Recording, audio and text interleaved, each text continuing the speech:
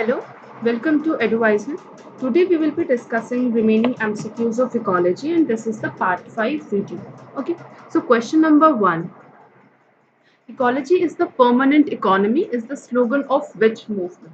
यहाँ पे जितने भी दिए हैं ये सब मूवमेंट जो है कभी न कभी आया, जैसे फॉर एग्जांपल यहाँ पे एपिको मूवमेंट है। तो एपिको मूवमेंट जो है वो कर्नाटका में स्टार्ट हुआ था एनवायरमेंटल प्रोटेक्शन के लिए। कहाँ स्टार्ट हुआ था? कर्नाटका में।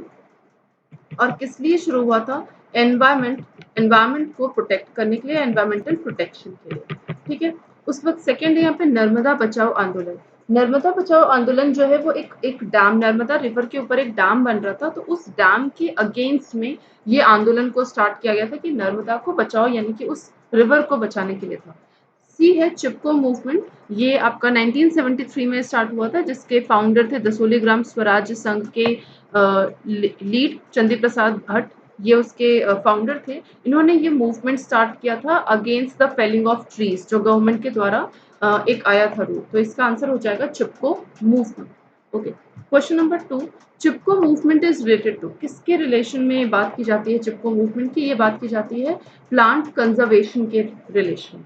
ठीक है। अब चिपको मूवमेंट ऐसा नाम क्यों दिया है? क्योंकि जब ये मूवमेंट चला था तो उसमें बेसिकली ये हो रहा था कि जितने भी गांव के लोग थे वो पेड़ को चारों तरफ से घेर ले रहे थे। ठीक है। और कि हम अपनी जान दे देंगे, ये ट्रीज को नहीं कटने देंगे। ठीक है। कुछ इस तरीके का उनका मूवमेंट था। बहुत ही शांति भरा मूवमेंट था उनका, अपने पेड़ों को बचाने के लिए, अपनी जीवन यापन को कंजर्व करने के लिए, रखने के लिए। ठीक है। तो ये रिलेशन है प्लांट कंजर्वेशन से रिलेटेड। जिसमें सेकंड है टाइगर प्रोजेक्ट। ये टाइगर प्रोजेक्ट स्टार्ट हुआ है 1973 में, 1 अप्रैल 1973 में ये आया है प्रोजेक्ट टाइगर।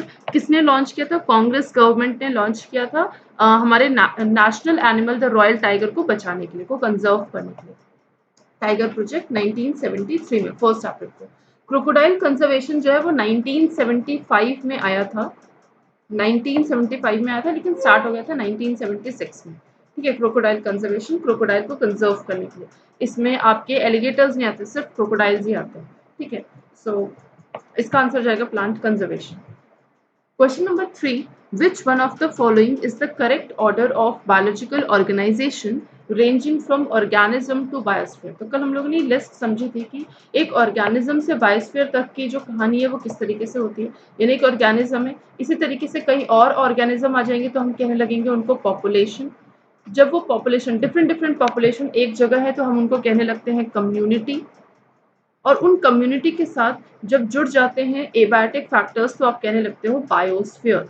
ठीक है। तो कुछ इस तरीके का अगर आपको मिलता है तो वो आंसर हो जाएगा, जैसे कि यहाँ पे आंसर है सी पॉपुलेशन के बाद आता है कम्युनिटी के बाद आता है इकोसिस्टम एंड देन लैंडस्केप। ये बायोस्फीयर को इन्होंने स्प्लिट कर दिया है, इकोसिस्टम देन लैंडस्केप। ये 2017 में यूपीपीसीएस में आया हुआ क्वेश्चन है, काफी इजी क्वेश्चन है। Question number 4. The concept of ecological niche was enunciated by, आपको ecological niche के बारे में बताया था। हैबिटेट और niche में सिंपल सा डिफरेंस था। हैबिटेट जहाँ पे आप रहते हो, niche जहाँ आपका फंक्शनल रोल होता है, जहाँ आपका फंक्शनल रोल होता है। ठीक है। ये किसने दिया था? ये दिया था ग्रिनेल ने। ठीक है। ईपी ओडम ने जो है इकोलॉजी को दिया था, इकोलॉजी टर्म को दिया था। डार्विन साहब ने नेचुरल सिलेक्शन, ये सारी चीजें दी थी। ठीक है। यहाँ पे ग्रिनेल साहब जो आपके यहाँ साइंटिस्ट दिख रहे हैं, ग्रिनेल साहब ही हैं, इन्होंने इकोलॉजिकल निश के कंसेप्ट को इनंसिएट किया था। Okay, so question number 5 and the last question, who of the following used the term deep ecology for the first time? deep ecology सबसे पहले किसने ये टर्म यूज किया था? तो ये टर्म यूज किया है आर्ने नेइस के द्वारा। ठीक है।